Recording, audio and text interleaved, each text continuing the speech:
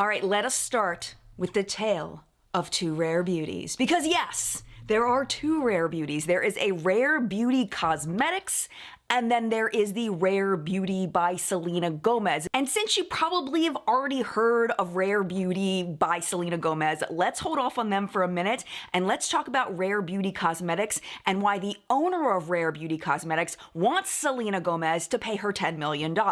There is a blog post by the owner and founder of Rare Beauty Cosmetics. Her name is Kashina Hurd, and I will link that blog post for you down below, but that is where I'm going to get the majority of this next information from, is straight from Kashina. So she said she started her brand Rare Beauty Cosmetics in 2017 while she was working at Aldi. She was working really hard and just had a dream to start a cosmetic brand, so she did. When she went in to file the trademark for Rare Beauty Cosmetics, this is what she said. She said, quote, "I kept hitting a dead end. I consistently checked the test system, media, and other business resources I had access to, but still nothing. And then in 2020, she got an Instagram DM that absolutely broke her heart. She said that that's when she found out that Selena Gomez was launching Rare Beauty, and she didn't understand how that was possible. How could Selena Gomez be launching Rare Beauty when she already owned and was operating Rare Beauty Cosmetics?" Kashina took action just this past year, September 3rd of 2021. She filed to have Selena's trademark canceled on the grounds of priority, likelihood of confusion, deceptiveness, and failure to actively use the mark in commerce at the time of filing. Way down at the bottom of the blog post, Kashina tells a little bit more about the trademark process. Apparently in 2017, when she was trying to file for the trademark, she couldn't. She was blocked by Rare Beauty by Selena Gomez because they had already filed for the trademark. But this is where Kashina feels that she has the strongest point, in that she was already operating Rare Beauty Cosmetics. She was already selling products, and this was 2017. Rare Beauty didn't launch until 2020. So what she's trying to say is that they didn't have an active use. They weren't actively trying to launch the brand until 3 years later. So she feels like she really did have rights to the name because she was selling the cosmetics first. I did find the public information about Kashina's lawsuit against Rare Beauty. The last entry is from December 16th of 2021, and it says that an extension of time was granted. So that's all we know at this point publicly for that piece. Now, this brings us to what happened this past week. And what happened is that Selena filed a countersuit against Kashina. In that claim, Rare Beauty is saying that not only does Rare Beauty Cosmetics want to cancel their trademark, but is also saying, if you don't give us $10 million, we are going to file a trademark suit against you. So essentially, the Rare Beauty lawsuit is to stop Rare Beauty Cosmetics from continuing the litigation that they're trying to get rid of Rare Beauty's trademark, and they want the judge to say that their trademark is valid. Here are some highlights of Rare Beauty's case against Rare Beauty Cosmetics. They say when Rare Beauty filed for the trademark, it was not opposed by any third parties. Rare Beauty is, quote, "not aware of any instances of consumer confusion and does not directly compete with Rare Beauty Cosmetics offerings, in that Rare Beauty Cosmetics only sells on their website, where Rare Beauty does sell on their website, but also in Sephora and in-store and online and some other online retailers." Rare Beauty also says that there is no proof that Rare Beauty Cosmetics has suffered any harm due to the launching of Rare Beauty. This was the kicker for me. Listen to this. Rare Beauty said that they did try to settle this out of court. They say that they offered to pay Kashina for the value of her business and also buy out any branded products that she had already manufactured and assist her in rebranding and starting a new brand under a new name. But Rare Beauty Cosmetics did turn down that offer. They are going for either $10 million or they're going to file a trademark lawsuit. As a small business owner myself, I do have opinions. I would love to know your opinions down in the comments, but this is kind of where I stand. When given deal or no deal on the whole "we'll buy you out" business, I would have totally hit the deal button. I feel like this would have been a great opportunity for Kashina to meet some people in the industry that are already working and get some cool connections in there that maybe might have helped her to grow her cosmetic business. And the other thing that I have an opinion about is the $10 million. I'm just wondering where she got that from. Like, how did she arrive at that? That's what I would ask if I were the judge. According to public records, the annual sales of Rare Beauty Cosmetics is $29,735. So how did we get to $10 million? I mean, maybe she has evidence that the company was growing until Rare Beauty launched. Maybe they made $29,000 in the first year and $60,000 in the second year and $120,000 in the third year. And then Rare Beauty launched and now they're back to $30,000 again or something. I would imagine she would need some kind of evidence of substantial growth in order to get to $10 million. I don't get that. Maybe she believes so much in her rights to the name Rare Beauty that she feels that Rare Beauty may see it as less expensive to give her the $10 million than to rebrand their entire brand, kind of putting all of her hope and faith in the court system that they will find that she does own, that Kashina does own the Rare Beauty trademark after all. But I feel like that's a huge risk.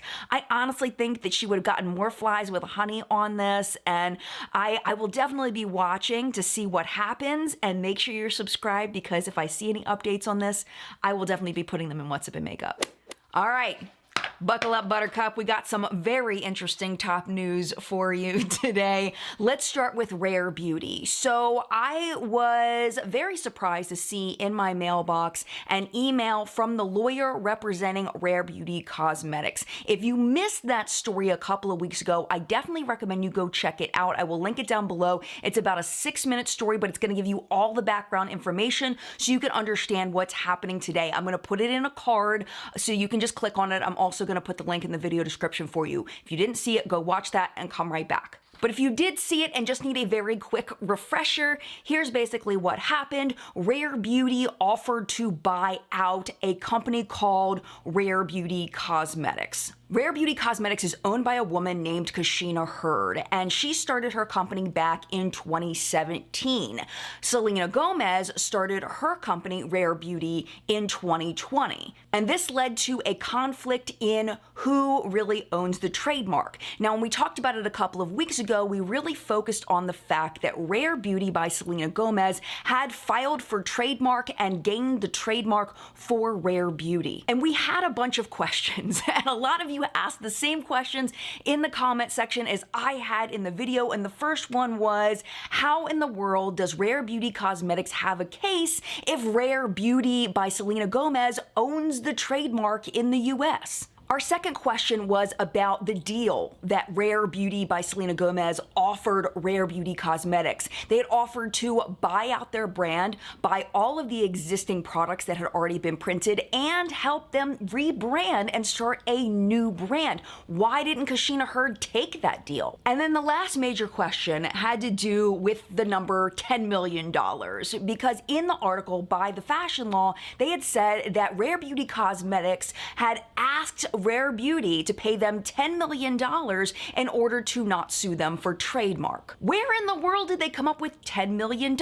Because when you looked at the public information on Rare Beauty Cosmetics, it said that they had only earned $29,000, almost $30,000 as an annual revenue. So where do you get $10 million from? So I asked, and now we have official answers to those questions. Here we go. I asked our questions to Michael Serino, who is the lawyer for Kashina Hurd and Rare Beauty Cosmetics, and he answered me. And oh, did he answer me in this big, long-ass document, but we worked through it. I understood it. I digested it. I made sure with him that I understood it. And here is what he told me. Let's start with question number one, which is the who had it first argument. Who is the rightful owner of the Rare Beauty trademark? Well, of course, according to Mr. Serino, Kashina Hurd owns it, and this is why he says, apparently, in the US and Canada, we handle trademarks just a little bit differently than a lot of places in the world. The coined term is first use in commerce.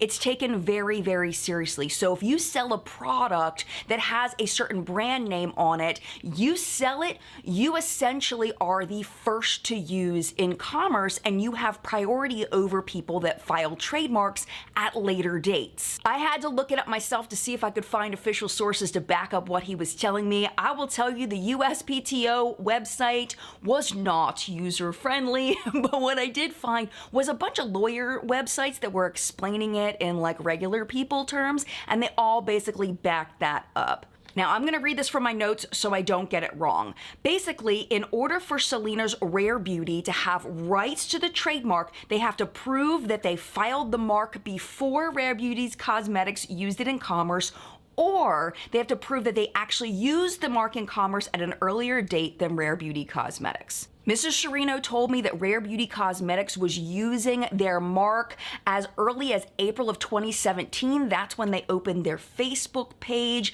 and also her Shopify store was set up then where she was selling the cosmetics. Now, this is where they feel like they have their case in that Rare Beauty by Selena Gomez didn't file until November of 2017. So that was about 7 months after Kashina was already selling under the Rare Beauty name. Now, this is what Mr. Serino told me that really kind of hit home with me. He said that Rare Beauty by Selena Gomez in the court filing, which I have not seen because I don't have access to that document, but he said that they claimed that they were using the mark back in 2016, but we were all here when we watched it launch in 2020. Like, we all saw that. So I think that's really weird that they would say, if it is in the document, which I'm assuming that it is, that they would say that they were using the mark in 2016, because you have to have some kind of public knowledge of this. Maybe we just missed it. Maybe we just didn't know, but I don't think that's true. So if all of that lines up, it does sound like Rare Beauty Cosmetics does have rights to the trademark. My second question, I wasn't sure if he was gonna answer me, but he did. Okay, so this was about Kashina not taking the deal for buying out her brand. Why didn't she? And this is what he told me. He said that the negotiations were made by Rare Beauty's chief digital officer. His name is Mehdi. Kashina essentially decided that she couldn't trust him. This is what Mr. Serino said. He said, quote, he attempted to convince Ms. Hurd not to hire an attorney because he claimed that he would not be using one. He also told Mr. Serino back in December of 2021 that he hadn't hired an attorney yet, but Mr. Serino got a document from Mehdi that had this lawyer's name on it with a signature that was dated in October, 2 months before he was like, I didn't hire an attorney yet, but he has a document proving he hired him at least in October. On top of that, this is what they say regarding the legal action. Mr. Mehdi, quote, attempted to intimidate Ms. Hurd, telling her she could not prove her case and that she could not afford to regain the right to her trademark. So basically they saw this and they were like, this guy is not going to be honest. Like, anything we cannot nail down in court, he's probably not going to follow through on. And promising to help her grow her brand is not something they can nail down in court. So that's why she didn't take it, is because she didn't trust him. And then the third one, again, I didn't expect him to answer this, but he did. So the $10 million, what's the deal with that? So like we mentioned earlier, 2 weeks ago, we talked about the public valuation of Rare Beauty Cosmetics being at like $29,000, almost $30,000, not $30, $30,000. That was found on a website called Dun & Bradstreet. This website, they use publicly available and given information to help businesses decide whether they want to give out loans or not, or whether they want to invest in companies. Well, Mr. Serino says that Kashina never gave them that information, so it's probably an estimate. He also argues that, quote, the value of a company is generally several times their yearly sales or more. Now, of course, he did not mention the $10 million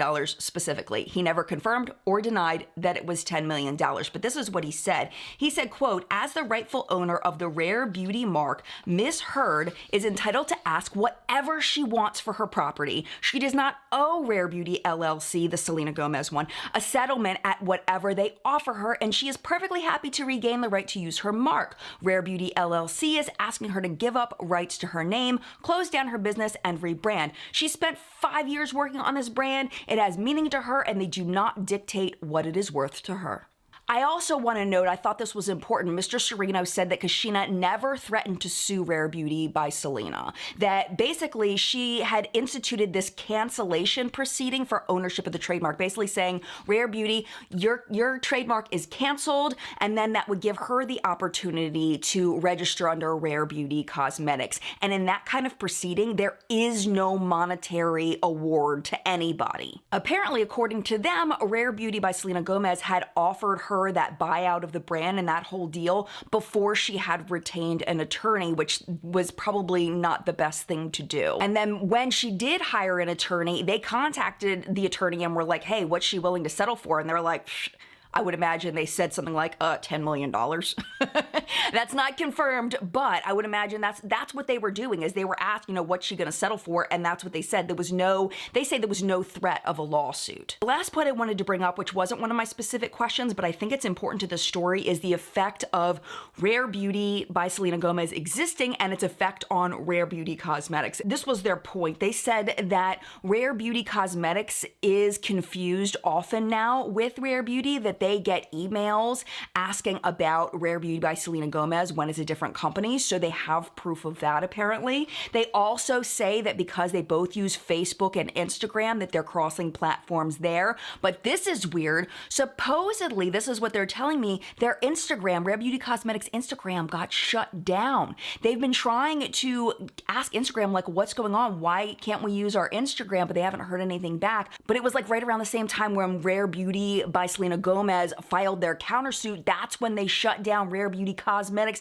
Instagram. I think that's really cruddy. I feel like the Instagram shouldn't be taking action unless there's some kind of legal decision made. Like, that's really messed up. The other point they made was about trade shows. They said that Rare Beauty Cosmetics, quote, cannot attend trade shows and cannot sell through many online retailers because of Rare Beauty, and that significantly hurts Rare Beauty Cosmetics' ability to grow as a brand. So my question to you now is, now that you've heard more of Kashina's side of things, have you changed your opinion? Because I felt like last time we were all, including me, very Rare Beauty by Selena Gomez, like, they sound like they own the trademark. What is this Rare Beauty Cosmetics thinking? But now we have a lot more information. I'd love to know your thoughts down in the comments.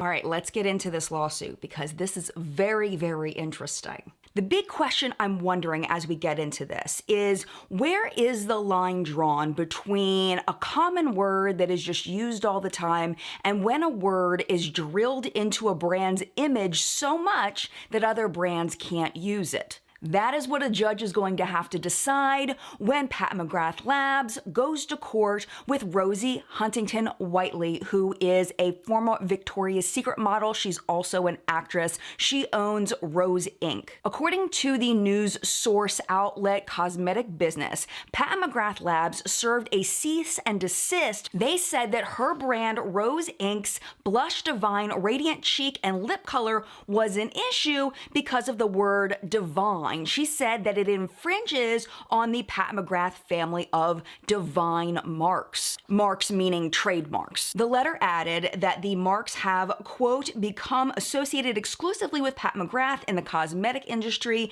and demand that Amorous, quote, immediately and permanently stop making and selling products under a divine name. Not only did they say you can't use it anymore, but PMG, Pat McGrath Labs, they demanded that Rose Inc. send them all of the product that had already been created so that they could personally destroy it. But this is where there's a twist. So on January 28th, Amorous filed a complaint against PMG for non-infringement. They're looking for declaratory relief, which, from what I'm reading, just means that they want the judge to declare without issuing any kind of fines if they can continue to use the word divine in their products. This is where Amorous says that they have their point. They say that Pat McGrath does not own the rights to, quote, Divine Formative family of marks, and that though PMG does sell products with a Divine mark, so do other brands like Lila B's Divine Duo Lip and Cheek product,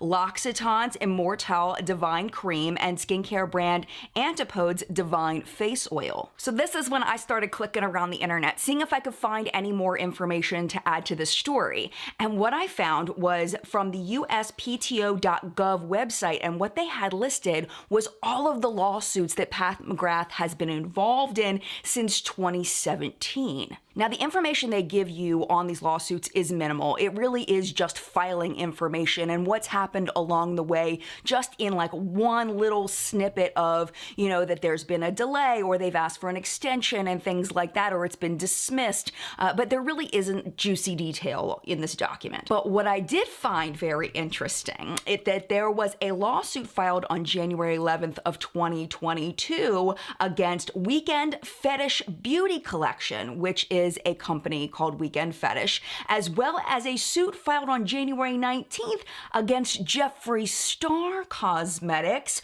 for the mark Banana Fetish. I know, but are you surprised? So apparently, Pat McGrath Labs doesn't like people using the word fetish either and has claimed that along with the word divine. This is where I am so curious to read what you have to say. I loved reading what you had to say last week about the Rare Beauty lawsuit. What do you think about this? Do you think that Pat McGrath Labs should be able to, I guess they call it, corner the market on the words divine and fetish, so much so that no other beauty brand should ever be able to use them? Or do you feel like those words are common enough that she shouldn't be able to stop other companies from using those words? I'd love to know your thoughts down in the comments.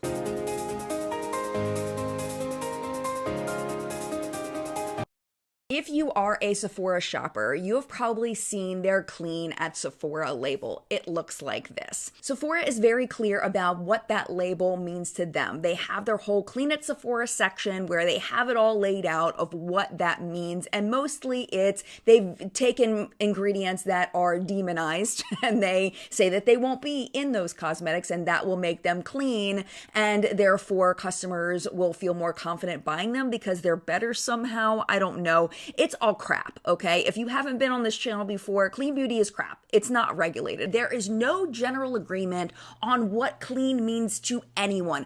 I can make cosmetics out of rotten tomatoes and call it clean, and I will be okay to do that because it's natural. Right? So it was only a matter of time before there was some kind of a lawsuit about this because it isn't clear what clean means. Even though Sephora has laid it out, the term is still open for interpretation. This is what's happening. There is an 11-page case out in New York that contends that a, quote, significant percentage of items bearing the Clean at Sephora seal contain ingredients, quote, inconsistent with how consumers understand the term clean. And this is how they understand it because they looked it up in the dictionary, of course. The dictionary, according to the lawsuit, defines clean as something that is, quote, free from impurities or unnecessary and harmful components and pure.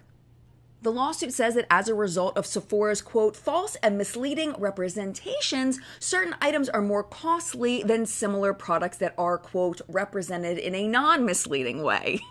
This is nuts. Okay, are you ready to hear some of these ingredients that they take issue with? Dr. Dre is just rolling right now. I know that she is. Here we go. Harmful ingredients. This is what they've listed. A compound made from glycerol and stearic acid, which they say is bad because that is sometimes used for biodiesel production. They also say that cetyl alcohol is bad because it can be irritating for sensitive skin. They also say that glycerol caprolate is bad because it is sometimes used as an agricultural pesticide. And it goes on and on and on with that bullshit.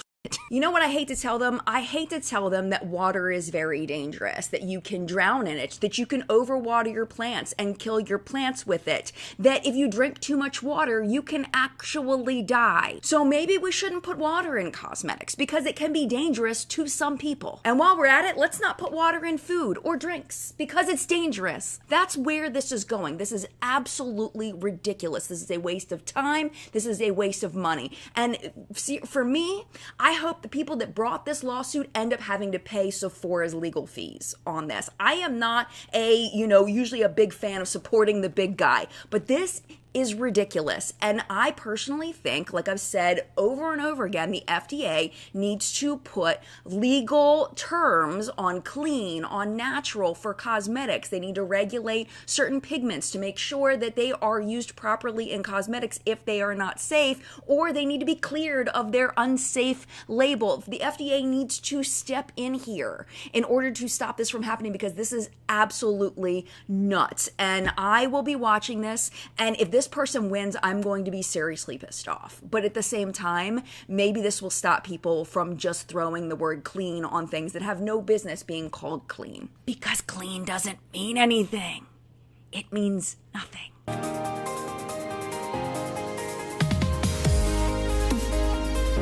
For this ColourPop lawsuit, it is not deja vu. You have not seen this story before. This just dropped last week. ColourPop is being sued, and can you guess why?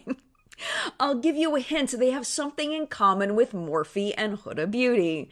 They're being sued for their inherently dangerous, not eye-safe pigments that are used in their eyeshadows and, in their case, eyeliner products. Before we go any further, before you throw away all of your ColourPop products, these pigments have been approved for use around the eye area in the European Union. We've talked about this so many times on the channel, going all the way back to the original Manny MUA Lunar Beauty launch, the Morphe James Charles palette. But essentially, according to a lot of the professionals, the FDA is kind of behind on these regulations in calling these pigments not safe for eye use. That doesn't mean that some people can't be sensitive to them. That doesn't mean that it can't cause an allergic reaction in some people. There are plenty of skincare and makeup ingredients that cause a reaction in one way or another. That doesn't necessarily mean that it shouldn't be FDA approved for eye use. Now, with all that housekeeping out of the way, let's get into the nitty-gritty of this particular lawsuit, because it is different than the Morphe and the Huda Beauty lawsuits. The thing that is the same is that the lawsuit says that their disclaimer language falls short of adequately informing customers of the risks of using its eye makeup around the eyes, in that it does not assist the customer in understanding the danger. And what they're assuming here is that because it is not FDA approved for eye use, it is therefore dangerous to the consumer, and that ColourPop is using them knowing this danger. ColourPop is very good, at least that I've seen, on their eyeshadow palettes, putting not intended for use around the eye area. Now, this is a statement that's been put out for many, many years. The first eyeshadow palette I remember seeing like this was the Urban Decay Electric palette, and everybody lost their minds until the scientists chimed in and calmed us all down. But what this lawsuit is saying is that that particular disclaimer doesn't specifically instruct consumers not to use it on the eyes. They just say not intended for use around the eye area. It doesn't say don't use it on your eyes, and that's one of their big gripes. They also go into the fact that ColourPop uses different terms like pressed pigment palettes, shadow palettes, or pressed powder palettes, instead of calling them eyeshadow palettes, which they find misleading, and also that their eyeliner products use some of these pigments, which I didn't realize. This is the specific language used in the lawsuit. Plaintiff and each putative class member have been damaged and suffered an injury, in fact, caused by defendants' false, fraudulent, unfair, deceptive, and misleading practices as set forth herein, and seek compensatory damages and injunctive relief. Now, the plaintiff in this case is Casey Wilson. She purchased ColourPop's Boudoir Noir and Menage a Moi eyeshadow palettes. It does not say in the lawsuit that I could find anywhere that she was physically damaged in any way by these products. Now, that is different from the Morphe lawsuit. The Morphe lawsuit claims that people got eye irritation from these pigments. The Huda Beauty did not. Morphe's is saying physical injury, where even though they say injury, I don't think this lawsuit is specifically meaning physical injury because Casey does not say that she was physically injured by this product. What this all relies on is that Casey says she would not have purchased the palettes if she had known they had these pigments in them. She also says that because they were used as eyeshadows in ColourPop's marketing, she bought them as eyeshadows, and because she doesn't feel like she can use them as eyeshadows, they're essentially worthless. And this is one thing that I've been screaming about since the beginning of all this, since brands really started using these pigments, is that not only shouldn't you call them eyeshadow products, you also really shouldn't be using them on the eye in demonstrations, in marketing for the products, if they're not intended for use around the eye area. It's just a loophole that brands have been running through over the past 5-6 years. And that's one of the things that they're complaining about, is even though they're calling it a pressed pigment palette, even though they are putting that disclaimer, not intended for use around the eyes, the photos advertising the product do show it being used on the eyes. And what I was surprised about with this is they're saying the eyeliners also use some of these pigments. In the lawsuit, they say that ColourPop was putting for the eyeliner advertisement on the actual website in the how to use that they would provide a comfortable application in the waterline. And if these eyeliners did have those not FDA approved pigments in them and they were advertising them for use on the waterline, this lawsuit really, in my opinion, has a point. Where I feel like they are stretching it, though, is that they said that on the website, it had said, while not intended for use in the immediate eye area, these shades can be used anywhere else on your face or body. We recommend using these shades to enhance your overall look. For example, using the pigments on your temples or underneath your brow. And they're saying that that's too close to the immediate eye area, that the temples over here and here are the immediate eye area, which I don't know the legal definition of that, but as a makeup user, I do not call this the immediate eye area. I do not call this the immediate eye area. That's just, for me as a makeup user, that's not real. The next question in all of these lawsuits is, what are they seeking? What do the plaintiffs want? And they want, like all the other lawsuits, they want refunds, but also they want punitive damages because they say they sent a certified letter to ColourPop and was like, hey, you shouldn't be using these pigments. And ColourPop continued to produce new eyeshadow palettes or pigment palettes or whatever they called them with the disclaimer even after they were told. So they feel like ColourPop will continue to produce these palettes that they say are inherently dangerous unless they are financially punished for doing so. That continuing to produce products like this constituted a conscious disregard or indifference to the life, safety, or rights of persons exposed to such conduct. Defendants' malicious and fraudulent conduct must be punished to deter future harm to others. All right, so this is bullshit. Okay, like this is the thing. This is why laws need to be updated. This is why the FDA really needs to step in here, because to me, that's bullshit. That's not, there is no danger to consumers, in my opinion, unless you are sensitive to the ingredient. But people are sensitive to plenty of FDA-approved ingredients like bismuth oxychloride. Some people are sensitive to parabens. Some people are sensitive to sulfate. Some people are sensitive to products with high amounts of alcohol. Those are all FDA-approved ingredients. Just because people are sensitive to it doesn't mean it should be banned outright. And I feel like the FDA really needs to address this because this lawsuit is essentially saying these products are dangerous when they are approved for eye use in the European Union. And I have never heard of anybody actually like losing an eyeball over these pigments. You know what I mean? Or suffering permanent vision damage or problems. The worst I've ever heard of people with these pigments having issues is some eye irritation, some staining of the eye. And to me, that is not worth this strong of language. I think this is absolutely ridiculous. However,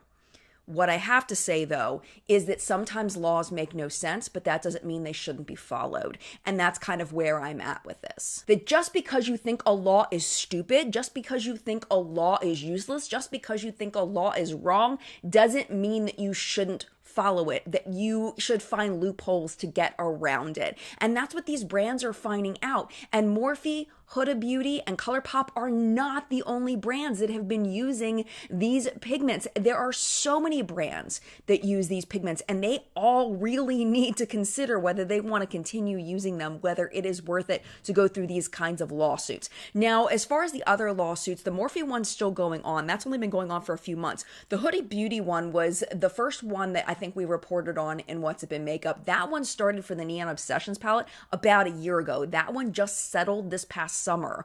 And Huda Beauty basically said that they didn't feel like they did anything wrong, but that they were going to give people refunds anyway, just to settle things out. So we'll just have to see how this ColourPop lawsuit plays out. I would really love to know what you think about this ColourPop lawsuit specifically, but just pressed pigment lawsuits in general, because it seems like more and more are popping up, and I am very curious to see who's next, because like I said, there's lots of brands that are doing this. Let's get started with probably the story I've heard the most this week, and it's about BH Cosmetics filing for bankruptcy. Now, this doesn't mean that BH Cosmetics is officially going away. It really just means they're in some serious trouble. So let's talk about what kind of trouble. They filed for Chapter 11 bankruptcy protection. They're planning to sell their intellectual property for $4.3 million. In court papers, they said that they were facing increased competition, and essentially that they were trying to keep up with the Joneses, and because of that, they're down in profits. Apparently, BH Cosmetics was going to be coming out with a skincare line, but they switched course because they had some celebrities that they wanted to collab with, namely Doja Cat and Iggy Azalea, and that those collabs did not sell as much as they thought they would, and basically it's killing the company. They specifically used the words "fell below expectations" because sales dropped from $55.8 million in 2019 to $33.6 million in 2020. There is no data on their sales in 2021, but the fact that they're filing for bankruptcy, it makes me think it's probably less than $33.6 million. And they said specifically because of these declining sales, they just can't keep up with their operating costs. The author of the WWD article that dropped this, they made a really good point in that they feel like a lot of celebrities are dropping their own makeup lines instead of doing collabs with other brands, and that collabs with other brands were really popular in 2016, 2017, and that it's just not really a very popular thing to do, and that's why the celebrity collabs didn't go over as well, as it's kind of an outdated thing in the makeup space. Wait for this. BH Cosmetics currently owes $9.6 million on a term loan and $13.9 million on a revolving loan. They also have large manufacturing creditors in China that are owed at least $1 million each. They're in some serious trouble. I honestly think this is kind of my take on it, is that instead of collabing with celebrities, what really seems to be hitting is collabing with brands that don't do makeup. So I'm thinking like Elf Chipotle, okay? Chipotle, it makes no sense that they would do makeup, but it's funny and it's a talking piece and it's hilarious and you just want to own that taco or that burrito palette, you know what I mean? I feel like if BH Cosmetics had gone that route, collabing with another brand, like an unlikely brand instead of celebrities, I think that would have been more successful for them.